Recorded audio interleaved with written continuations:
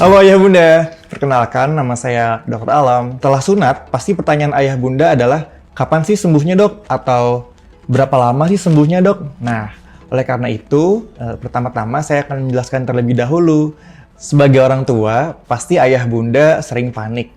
Oh, kenapa ini bisa bengkak, kemerahan, ataupun ada perdarahan?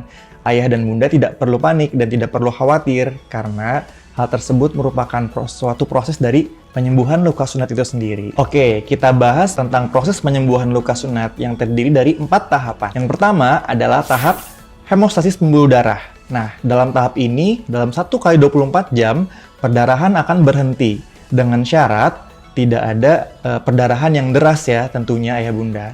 Nah, tahap yang kedua ada proses inflamasi dan peradangan. Fungsi tubuh pada tahap ini akan melawan kuman-kuman dengan memperbanyak sel darah putih. Nah, biasanya akan terjadi bengkak.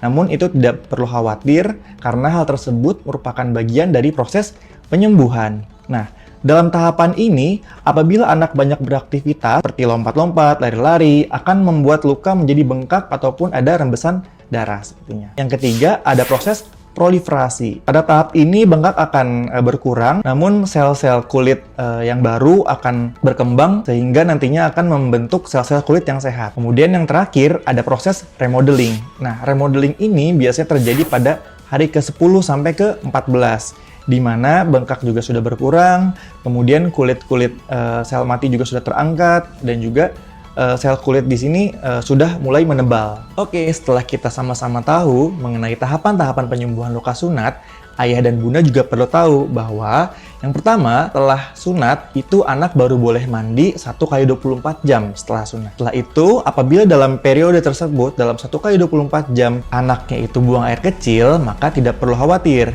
Ayah dan Bunda cukup menyemprotkan dengan menggunakan spray seperti ini.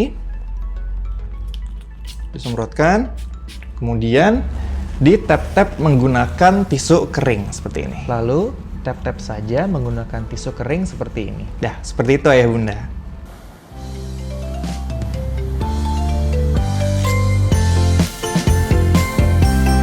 Perawatan pensil reguler itu yang pertama menggunakan kasa yang panjang seperti ini. Berikan betadin pada kasa yang telah dibuat panjang secara merata. Kemudian lilitkan kasa ke bagian pangkal penis. Jangan lupa jangan sampai mengenai lem atau kepala penis selama 2-3 menit. Setelah itu oleskan salep ke bagian pangkal penis menggunakan cotton bud secara tipis dan merata. Bunda bisa melakukan serangkaian di atas selama 3 kali sehari. Dan untuk perawatan di hari keempat sampai seterusnya, yang pertama, jangan lupa beri betadin pada kasa yang telah dibuat panjang seperti ini.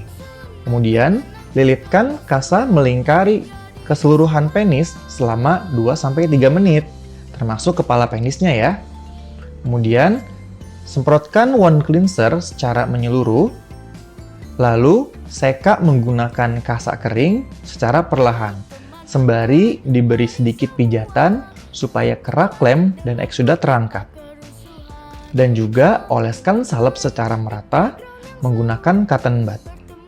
Bunda bisa melakukan serangkaian kegiatan di atas sebanyak 3 kali dalam sehari. Lalu, untuk mempercepat terangkatnya lem, pada hari ke-7, anak disarankan untuk berendam menggunakan air hangat selama kurang lebih 15 menit dan dilakukan 1 kali sehari. Nah, itu tadi step-step perawatan luka pasca sunat pensiler reguler. Semoga panduan ini bermanfaat untuk Bunda dalam merawat luka pasca sunat di rumah. Dan jangan lupa untuk rutin memantau perkembangan penyembuhannya. Apabila ada kendala atau keluhan, Bunda bisa segera menghubungi admin Rusuhat. Kami akan siap membantu dan memantau sampai sembuh.